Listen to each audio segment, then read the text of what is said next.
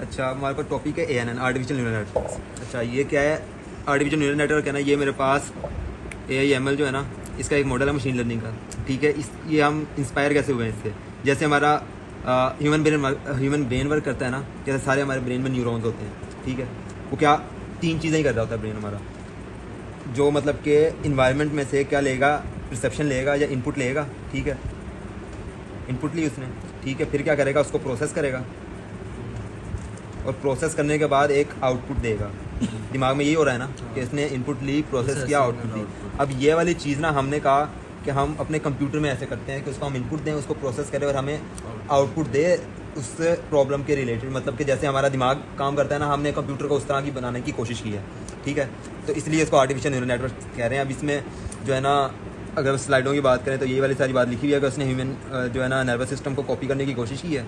वही वाला काम उसने बताया कि न्यूरॉन्स क्या क्या करता है, इनपुट लेता है, प्रोसेस करता है और उसको आउटपुट देता है उसकी बेस पे। ये जो है ना आर्टिफिशियल न्यूरल नेटवर्क, ये बिल्कुल समझ लो कि ना बेसिक ब्लॉक है मेरे पास मशीन लर्निंग का। ठीक है, जैसे कि अभी है ना, हम अगर अभी क्या कर रहे हैं, BS कर रहे हैं, BS से पहले हमने FSC की, FSC से पहले हमने मैट्रिक की, मैट्रिक से पहले हमने 1 2 3 4 सारी की ना।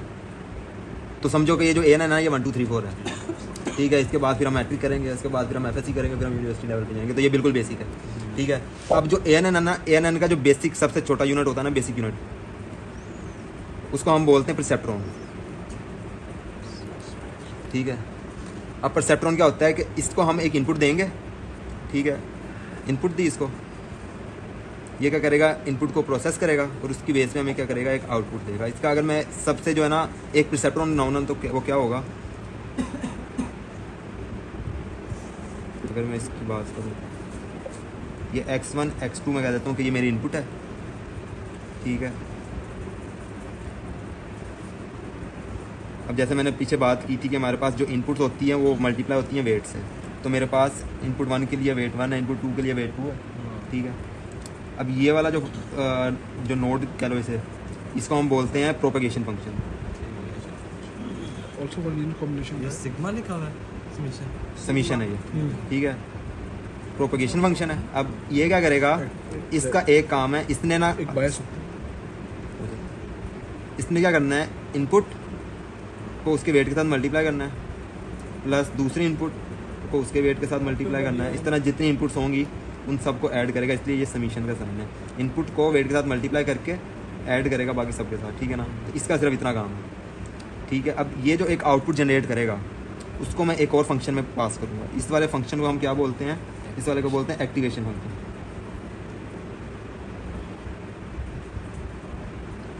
ठीक है, एक्टिवेशन फंक्शन क्या होता है, एक्टिवेशन फंक्शन होता है, अब ये जो इसने मेरे पास एक आउटपुट जनरेट किया ना, ये आउटपुट होगी नॉन लीनियर।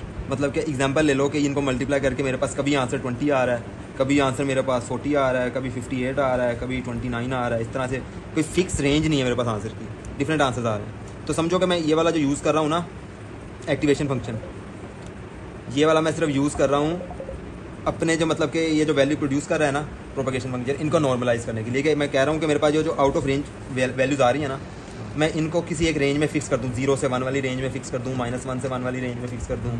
ठीक है, वो अब मेरी मर्जी है, वो जो जिस तरह का मैंने फंक्शन लगाया होगा उस तरह की मैं रेंज फिक्स कर दूँगा एक्टिवेशन फंक्शन में। हाँ, अब ये जो इसमें से वैल्यू आएगी, जैसे फॉर एग्जांपल ये वैल्यूज़ आई थी, अब मैं एक्टिवेशन फंक्शन में कोई ऐसा मैंने ऐसा कोई कैलकुलेशन की हुई होगी कि ये वैल्यूज़ मैं उसमें पुट करूँगा तो मेरे पास 0 से 1 की रेंज में कोई एक आंसर आ जाएगा, जो मर्जी किया होगा। हाँ ठीक है, तो ये वाला काम है एक्टिवेशन फंक्शन का। ठीक है, रेंज हम खुद से सेलेक्ट करते हैं या ये एक्टिवेशन फंक्शन पे डिपेंड करती है। जैसे अभी आगे जाके हम पढ़ेंगे कि एक्टिवेशन फंक्शन की टाइप्स कौन कौन सी है, कौन कौन से एक्टिवेशन फंक्शन हम चूज़ कर सकते हैं और कौन से वाले एक्टिवेशन फंक्शन की क्या क्या रेंज है। ठीक है, वो बस वो इस पर डिपेंड करता है। ठीक है, और इससे जो आंसर निकलेगा वो मेरे पास आउटपुट होगी। अब ये जो मैंने एक पूरा ये जो सिस्टम बना दिया है ना, इसको बोलते हैं एक प्रिसेप्ट्रॉन।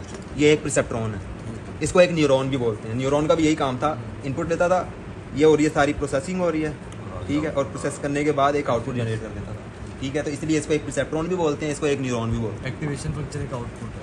एक्टिवेशन फंक्शन है कि मेरे पास डाटा को मैंने नॉन लीनियर डाटा को लीनियर डाटा में कन्वर्ट करना है। ये सारा नॉन लीनियर डाटा है।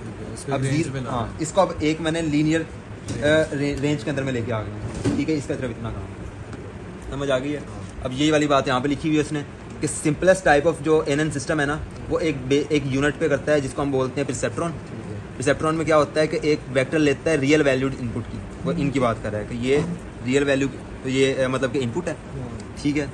वो लीनियर कॉम्बिनेशन फाइंड करता है इन इनपुट्स का, ठीक है। लीनियर कॉम्बिनेशन जैसे एलए में हमने पढ़ा हुआ था कि वो क्या होता है कि वो बेसिकली होगा यही वाला काम कि मेरे पास जो x1 x2 है ना, x1 x2 है, यहाँ पे w1 w2 है, ये मैट्रिक्स, उसने मैट्रिक्स बनाई, मैट्रिक्स को मल्टीप्लाई किया तो मेरे पास वो आंसर आ गया, ठीक है। तो बेसिकली ये वाला जो प्रोपोगेशन फंक्शन है ना, वो यही वाला काम कर रहा है, लीनियर कॉम्बिनेशन फाइंड कर रहा है, यही इसको इसके साथ मल्टीप्लाई कर रहा है, ऐड कर रहा है, इसको इसके साथ मल्टीप्लाई करके ये वाला काम बीच में हो रहा है। एग्जाम्पल के मैंने सेट कर दिया कि मेरे पास जो प्रोपोगेशन फंक्शन ने जो आंसर दिया है ना, अगर वो मतलब ये जो सबमिशन आई थी मेरे पास, अगर ये ग्रेटर देन 0 है तो मैं कहता हूँ कि मेरे पास 1 आ जाना चाहिए, और अगर ये वैल्यू लेस देन 0 है या लेस देन इक्वल टू 0 है तो मेरे पास -1 आउटपुट आ जाना चाहिए, ठीक है। अब ये वाला जो काम है ना, जो मैंने थ्रेशोल्ड सेट करके मैंने आउटपुट की रेंज क्या निकाल दी, -1 या 1, ठीक है। इधर सम का जो भी वैल्यू आ रही थी मैंने रेंज निकाल दी 1 और -1। अब ये जो चीज़ है ना ग्रेटर देन 0 वाली, ये मेरा एक्टिवेशन फंक्शन है,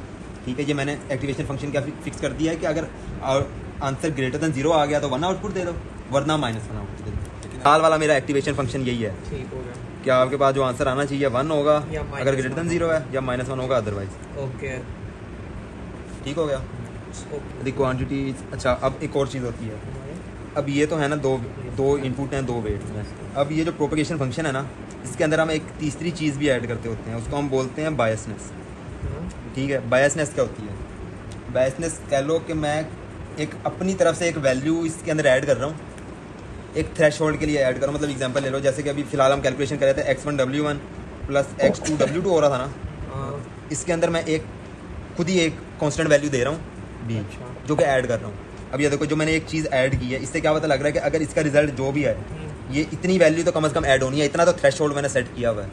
समझ आई कि अगर मतलब कि मैं एग्जांपल लो कि अगर ये मेरे पास फेस थी, इसका रिजल्ट मेरे पास कुछ इस ऐसे लाई कर रहा था, अगर मैंने इसमें बायसनेस ऐड की तो प्लस b होके तो वो आगे जाएगा।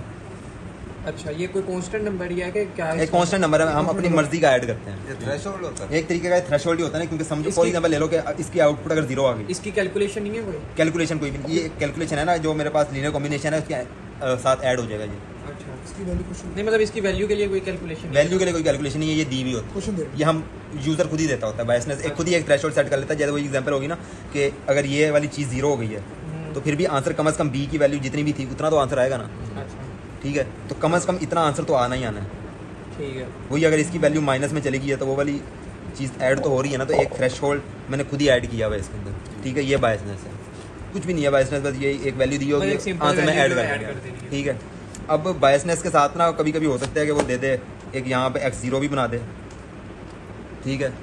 अच्छा, बायस x0 बना दे, यहाँ पे w0 कह दे कि ये बायसनेस है, तो उसके लिए क्या करेंगे, समझ लो कि वो b is equal to x0 w0 हो जाएगा, बस उससे ठीक है। आमतौर पे उसने सिर्फ वेट ही दिया होता है जिसको हम बायसनेस कहते हैं।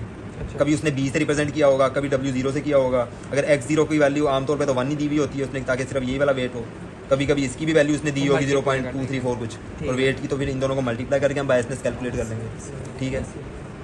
इतनी चीज़ समझ आ गई।